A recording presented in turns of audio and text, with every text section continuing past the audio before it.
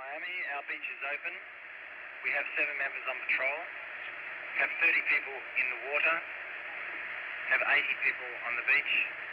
All our equipment is operational. Stand by for IRB check. Over. 100 years ago, the world was a much smaller place. The ocean as remote to man as the face of the moon. Back then, in the early days of a band of brothers that would grow to become known as Surf Life Saving Queensland, there were no IRBs, no jet skis, no jet engine choppers. Just guts and your mates to back you up. Surf, as we affectionately know it, was born out of the spirit of Anzac. Its disciplines are military in origin. You can see it in the marches, the drills, and the rank and file. The sacrifice is the same. Mates risking their lives to save others. 100 years on, our cause is still all about courage and camaraderie. But it's grown to become an organisation so vast, so diverse, touching so many lives in so many places beyond the beach, that it's become part of the very fabric of what it means to be Australian.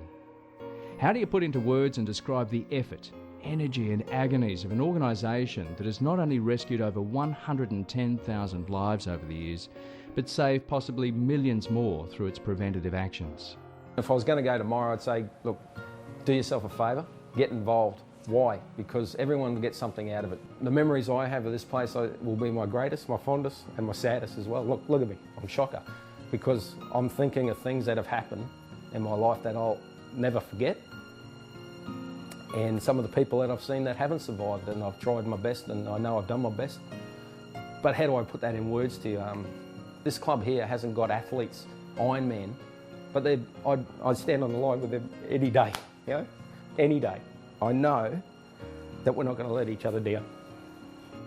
Lifesavers are, you know, it's in their blood, I believe. It's just, you know, something they start off as little kids on the beach, and it's nice to be able to give somebody a second chance.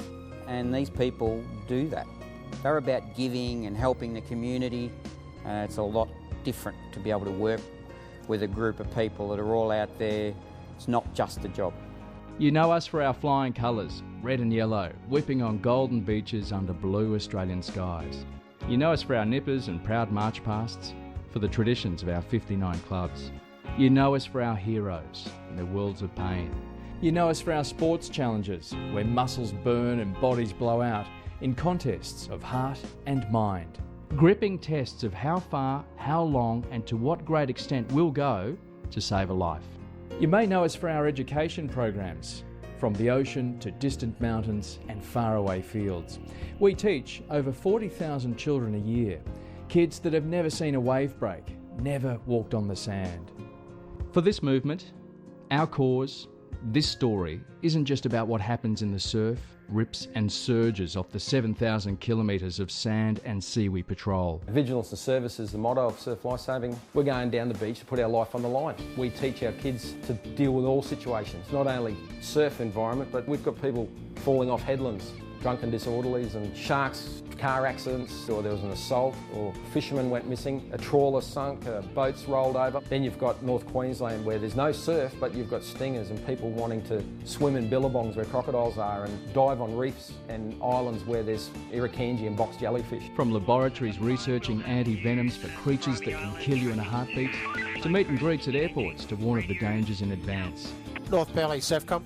I got into it like 10 years ago because there wasn't anyone up here. I was sitting here on my own. Everything was written, nothing was typed.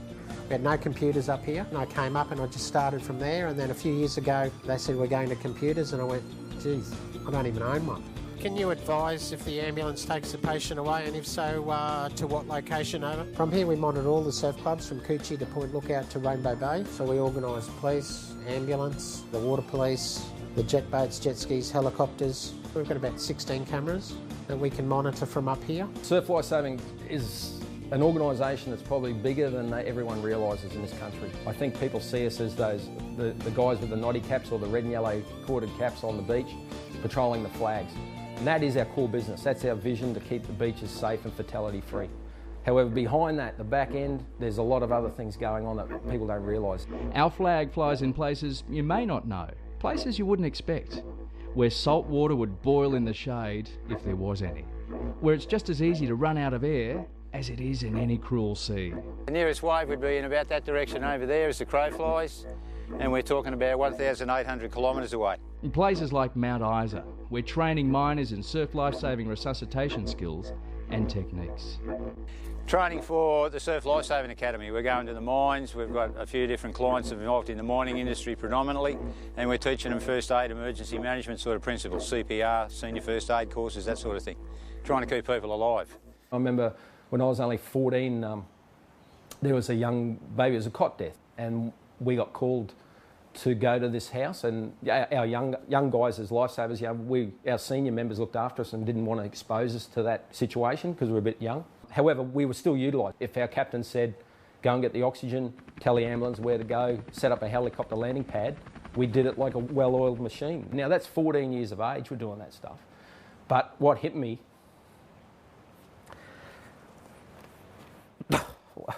is when that little baby got carried out, everyone had a tear in their eye.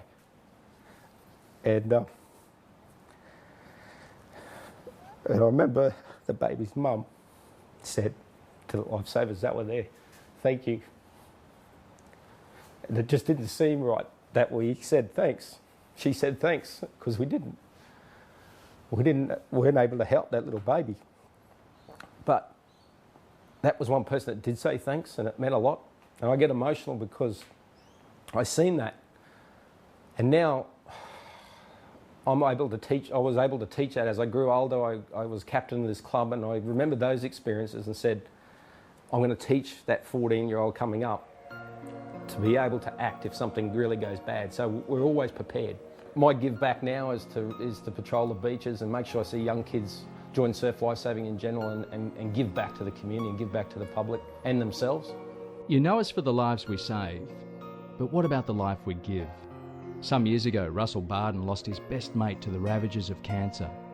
Lost, alone like many others his age, he could have easily retired to God's waiting room. Instead, he discovered surf lifesaving, joining a club founded on the day he was born.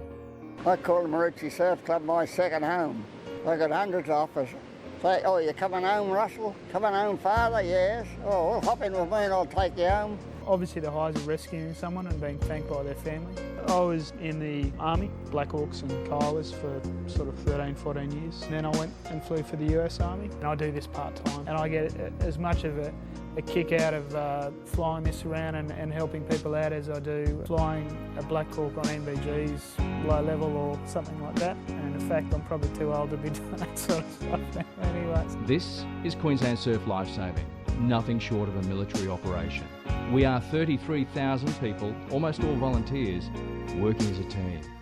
That's over 60% of Australia's total armed forces.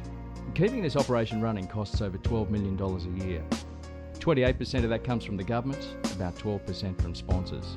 Raising the rest comes down to this: tins on streets, buckets on beaches. What you would get out of supporting surf lifesaving, you become a lifesaver yourself. Your dollars or your support, whether it's in kind or financial, will help save lives. The firepower that can be deployed on Queensland's beaches, and the ever-increasing cost of the hardware alone. 180 inflatables at about 17 grand a piece. 25 wave runners at 18,000 each. 800 rescue boards at 1,200 a piece. 600 torpedo tubes at $120 each. 60 all-terrain vehicles at 17,000 each. 100 vehicles at approximately 25 grand a piece. And look, I don't know one organisation that's been with us that's ever been disappointed or ever said, geez, that was a bad idea. One of our long-time sponsors and supporters has been Westpac. They've been with us over 30 odd years. You just got to ask them. They know, even whether it's their bank tellers or their bank managers, they know that by giving to surf lifesaving, they're giving to a cause that saves lives, and they feel like they're part of that team, and I guess they've entrenched that culture within their organisation. I think they made themselves, they're better employees for doing it. There's something like in Queensland 714 accessible beaches. That means public can get on those beaches and swim at them. We patrol currently 84 of those. That's how much our funds or our membership can cover. So how do we cover the other beaches? Like, what stops us from putting a webcam in a remote control glider controlled by a controller back at base and says, oh, there's swimmers in this area, we better go and send our services in. That's not so far-fetched when you consider all this started with a belt, line and winch 100 years ago. And what of the challenges of this new century? We'll walk on Mars and journey to the far reaches of the universe. Who knows, one day we might even be flying the red and yellow on intergalactic seas. Wayburn 6 SurfCom, go ahead. Southport Seaway, inbound, 1 POB, call you from inside. Wayburn 6 Southport Seaway inbound, 11:04. Roger, Jetboat 2, northbound from North Burleigh, 11:26. Broadbeach IRB, reading you 5. SurfCom, this is Tugan.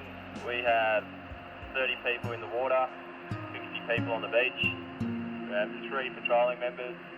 All equipment is operational. Stand by for IRB check. SurfCom, this is Tugan IRB. We read you 5. How do you read me? Michelle Hilbert, just going in for 1 or 2 here. Just 1 up. Currumbin, afternoon sign on. SurfCom, we're just in the process of looking after a young male 15-year-old who has sliced off the top of his finger. His parents have been advised and they're on their way. Over. SurfCom, this is Currumbin. Our beach is open. We have approximately 25 people in the water, approximately 100 people on the beach. All of our equipment is operational. Stand by for IRB check. SurfCom, this is Palm Beach signing on. Our beach is open. About 35 people in the water. Wayburn 6, SurfCom, go. SurfCom, this is Pacific. Our beach is open. We have 5 members on patrol. All our equipment is operational. We have 8 people in the water and 20 on the beach. SurfCom, this is Calabudra IRB, reading you 5. How do you read me? Beach is 5 also, SurfCom out. SurfCom, Waverunner 4, Surfing Paradise, heading north. Jetboat 2, SurfCom, go. Southport IRB, this is Southport Patrol. Can you please proceed to the middle of our flags? I think there